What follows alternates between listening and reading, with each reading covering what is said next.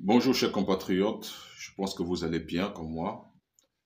Je viens m'adresser à vous au sujet d'une vidéo émanant de la communication restreinte du chef de l'État, son Excellence Brice Clotaire Oligui Nguema, et qui a fuité sur les réseaux sociaux. Chers compatriotes, cette divulgation d'une vidéo strictement confidentielle d'un entretien entre Yann, trivialement appelé Badeko en chef, et le chef de l'État accompagné de certains de ses conseillers bien, et d'autres collaborateurs. À l'analyse de cette vidéo et sur la base de la gestion de la communication institutionnelle et présidentielle, l'acte est grave. Chers compatriotes, l'acte est grave parce qu'il y a double aspect dans cette diffusion, sinon dans cette fuite des vidéos. C'est que certes, soit le chef de l'État est très exposé, oui, je dis bien, je pèse mes mots, très exposé, parce que tenez-vous bien, ceux qui ont accès avec leur téléphone aux discussions restreintes du chef de l'État, qu'est-ce qui nous dit que ces derniers ne filment pas certaines conversations ou qui peut-être pourront servir demain comme monnaie de chantage? Nous connaissons ce pays.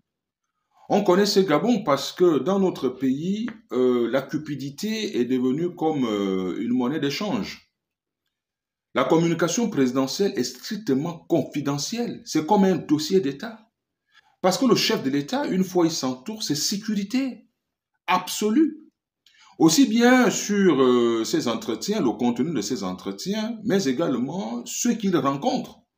Parce que vous le savez, le chef de l'État peut rencontrer les indésirables. Les indésirables de la République, les indésirables de la sous-région.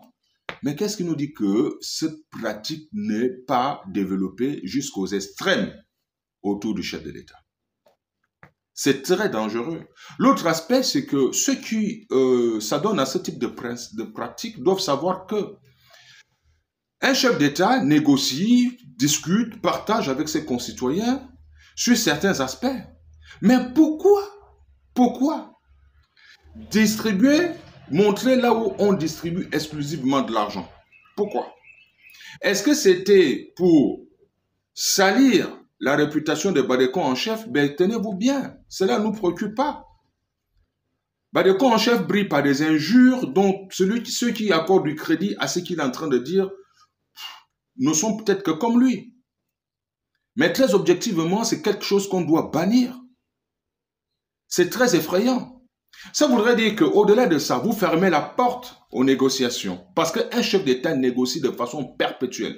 C'est le garant de l'unité nationale, dont les acteurs qui sont hors de cette vision de cohésion nationale viennent de temps en temps sur la table de négociation et parfois ils posent des conditions. Parce que ce qui divise les gens dans la société, dans la République, ce sont les intérêts. Akabenabe et de la Oulamintia disait Pierre Clavez, c'est le mauvais partage qui attire le problème. Certaines personnes diront effectivement dans nos langues que si tu entends les cris d'un oiseau la nuit, c'est que sa couche n'est pas du tout bien, n'est pas appropriée. Il y a certaines personnes qui se mettent à dénoncer des choses pour attirer l'attention vers eux et une fois cette attention acquise, ils négocient. Pourquoi exposer un compatriote qui plus est à accepter de rencontrer, sinon que le président a accepté de le rencontrer? Parce que ce n'est pas le contraire. Le président a décidé de le rencontrer, dont les échanges entre lui et le président sont strictement confidentiels. Alors, est-ce de l'amateurisme politique et communicationnel ou c'est un fait exprès pour effectivement exposer doublement l'activiste pseudo-activiste, sinon l'injurieux Badeko en chef, et le chef de l'État qui est assis, dont tout le monde peut reconnaître le dos. On reconnaît également Bertrand Zibi, on reconnaît également le conseiller en charge de la communication, M. Télesphore Ngomo. Est-ce était l'objectif visé pour nous montrer effectivement que le pouvoir gabonais achète le silence des activistes? Vous voyez? C'est ça le message. Ça voudrait dire que l'évolution dans les décisions de Yann n'était pas réelle. Elle est maintenu par l'argent du contribuable. Vous payez les gens pour qu'ils gardent le silence. Voilà ce que nous retenons. Est-ce réellement l'objectif visé? Non, s'il vous plaît. Ça voudrait dire que demain, nous ne serons pas surpris de voir les vidéos du chef de l'État, parfois peut-être dans les conditions les plus abjectes ou encore dans les conditions non souhaitées. Parce qu'il suffit de frustrer ceux qui détiennent les téléphones à chaque fois pour que demain ou après-demain, s'ils basculent dans l'opposition, ils utilisent ces vidéos comme monnaie de chantage et d'échange. Est-ce à cela que se résume aujourd'hui la communication présidentielle? Ali Bongo avait reçu 34 activistes nationaux. Ils avaient été payés. Je dis bien payés. Certains ont fait des émargements selon tout ce qui était autour de cette rencontre. Mais on n'avait jamais vu la vidéo. La vidéo n'a jamais fuité. Malgré le fait que certains avaient basculé dans l'opposition, la vidéo est restée confidentielle. Mais pourquoi? Pourquoi aujourd'hui, on doit exposer les gens qui rencontrent le chef de l'État? Ça voudrait dire que vous là, vous qui avez déjà rencontré le chef de l'État et à qui on a donné de l'argent pour se taire, sachez que vos vidéos sont vraies. Le jour que vous allez parler, d'accord, le jour que vous allez oser dire le contraire que ceux qui vous ont filmé, vous serez exposés. Que vos cœurs commencent à battre la chamade. Parce que la vie devient non confidentielle.